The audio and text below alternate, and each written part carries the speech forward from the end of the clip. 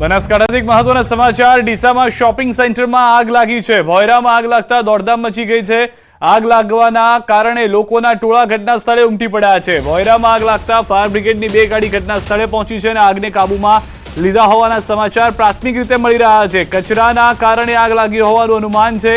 કારણ હજી જાણવા નથી મળ્યું સ્પષ્ટ। જે અનુમાન છે તે પ્રમાણે કચરો જે હતો તે બાળવામાં આવ્યો અને તેના કારણે આ ભોયરાની અંદર આગ લાગી ગઈ હતી। લોકો બહાર નીકળતા જોવા મળ્યા છે દ્રશ્યોમાં। ફાયર વિભાગની ટીમ ઘટના સ્થળે તુરંત પહોંચી હતી। ડીસામાં શોપિંગ સેન્ટર પાસેની આ ઘટના હોવાની જાણકારી મળી રહી છે। બનાસકાંઠાની અંદર આ ઘટના ઘટી હોવાના સમાચાર છે। ધાનેરા તાલુકાને થરાદમાં નહીં પરંતુ બનાસકાંઠામાં જ રાખવા લોકોએ અનોખી રીતે વિરોધ નોંધાવ્યો। ધાનેરા હિતરક્ષક સમિતિએ પતંગ પર પત્ર લખી ધાનેરાને બનાસકાંઠામાં જ રાખવા માંગણી કરી હતી। હિતરક્ષક સમિતિની ટીમે અનેક પતંગ પર આ રીતે લખાણ લખ્યું અને ત્યારબાદ પતંગ ચગાવી। હિતરક્ષક સમિતિના આગેવાન અમૃત રાવલે કહ્યું કે પવન ગાંધીનગરનો હોવાથી ધાનેરાના લોકોએ પતંગ ગાંધીનગર તરફ મોકલી છે। ઉત્તરાયણમાં પતંગ ઉપર મુખ્યમંત્રી શ્રીને લખીને પતંગ મોકલ્યો છે અને અમે મોકલીએ છીએ કે ગાંધીનગર મુખ્યમંત્રી સુધી આ પતંગ પહોંચે અને અમારી જે રજૂઆત છે ધાનેરા તાલુકાની કે ધાનેરા તાલુકાને બનાસકાંઠામાં રાખવામાં આવે એવો અમે પતંગ ગાંધીનગર એમને મોકલ્યો છે। જૂનાગઢ જિલ્લામાં ઇકો ઝોનનો અનોખો વિરોધ કરવામાં આવ્યો। કોંગ્રેસ અને ખેડૂતો ઇકો ઝોનનો વિરોધ કરવામાં આવ્યો। વિસાવદરના કાલસારી ગામ ખાતે ઇકો ઝોનનો વિરોધ નોંધાવ્યો। ઉત્તરાયણની થીમ પર ઇકો ઝોનનો વિરોધ કરાયો। ઇકો ઝોન નાબૂદ કરોના સ્લોગનવાળી પતંગ સાથે વિરોધ। ખેડૂતો અને કોંગ્રેસ દ્વારા ઇકો ઝોન નાબૂદ કરવા માંગ કરાઈ। ગીર સોમનાથ જિલ્લો આ 4 જિલ્લાને અસર કરતા 196 ગામમાં ઇકો ઝોન લાગુ પડેલ છે। તો આના વિરોધમાં અમે કાલસારી ગામમાં નવયુવાનો ભેગા થઈ અને સર્વપક્ષી આગેવાનો સાથે મળી અને ઇકો ઝોનનો કાળો કાયદો કેમ હટાવવો અને એના વિરોધમાં અમે એક પતંગ ઉત્સવ રાખેલ છે। તે બદલ આજે દરેક ગામજનો દરેક આગેવાનો ભેગા થયેલ છે। બનાસકાંઠાના ધાનેરામાં એક પરિવારે કાચી દોરીથી પતંગ ચગાવી ઉત્તરાયણની ઉજવણી કરી। છેલ્લા 25 વર્ષથી આ પરિવાર કાચી દોરીથી પતંગ ચગાવી ઉત્તરાયણની ઉજવણી કરી રહ્યો હોવાનો દાવો છે। 25 વર્ષથી તેઓ કાચવાળા માંજાનો બહિષ્કાર કરી ચૂક્યા છે। પક્ષીઓને ઈજા ન પહોંચે તે માટે તેઓ દર વર્ષે પરિવાર સાથે આ રીતે પતંગ ચગાવી ઉત્તરાયણ ઉજવે છે।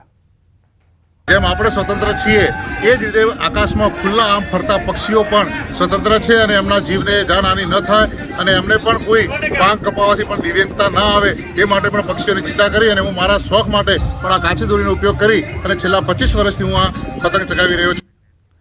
જામનગરમાં બપોર બાદ પણ ઉત્તરાયણની રંગત યથાવત છે। લોકો પોતાના પરિવાર મિત્રો સાથે ધાબા પર ચડી પતંગ ચગાવતા જોવા મળ્યા। કાયપો છે લપેટની બૂમો સંભળાઈ રહી છે। સારો પવન રહેતા લોકોને પતંગ ચગાવવાની પણ ખૂબ મજા પડી રહી છે। ઉત્તરાયણનું પર્વ છે ત્યારે સૌરાષ્ટ્રના જામનગરમાં પણ બરોબરનો માહોલ જામ્યો છે અને સવારથી જ પતંગ રસિયાઓ છે તે અગાશી ઉપર ચડી ચૂક્યા છે અને જ્યાં જુઓ ત્યાં કાપ્યો છે લપેટની બૂમો પણ સંભળાઈ રહી છે।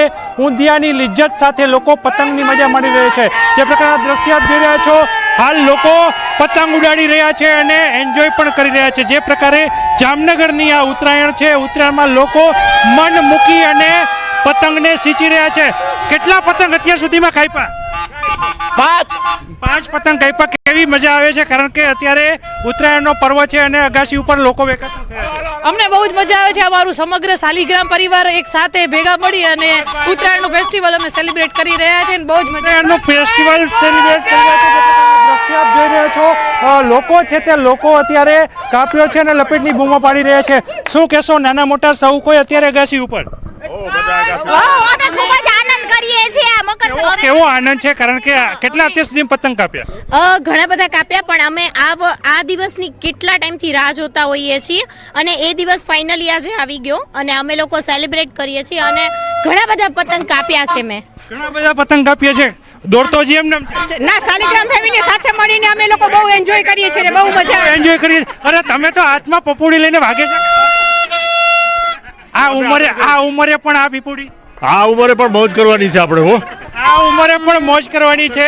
જોવો છો માસ્કની સાથે એન્જોયમેન્ટ। શું કહેશો અત્યારે પતંગ ચગાવી રહ્યા છે બીજી તરફ માસ્ક લગાવીને ક્યાંક ને ક્યાંક પતંગની દોરીથી રક્ષણ પણ મેળવી રહ્યા છો?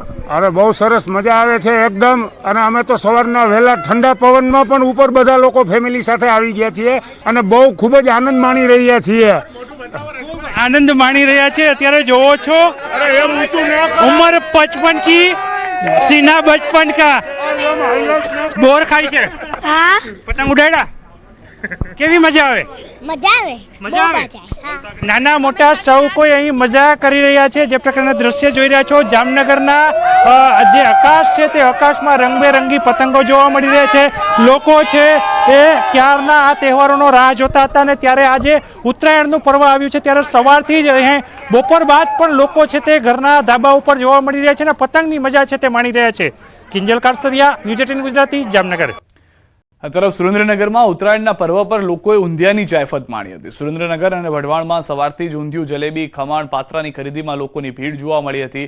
ઉત્તરાયણના દિવસે 20થી વધુ સ્થળો પર ઊંધિયું સહિતની ચીજવસ્તુઓનું ધૂમ વેચાણ થયું. ગ્રાહકો બજારમાં લાંબી લાઈનોમાં ઊભા રહી પડાપડી કરતા નજરે પડ્યા. મહત્વનું છે કે ઉત્તરાયણના દિવસે સુરેન્દ્રનગર શહેરમાં અંદાજે 15 લાખથી વધુની કિંમતનું ઊંધિયું, ખમણ, પાત્રા સહિતની ચીજવસ્તુઓનું વેચાણ થાય છે. અમે આ વર્ષોથી મકર સંક્રાંતિ નિમિત્તે ઊંધિયાનું વેચાણ કરી રહ્યા છીએ, પણ અમારું ઊંધિયું 1500 કિલો જેવું ઊંધિયું વેચાય છે.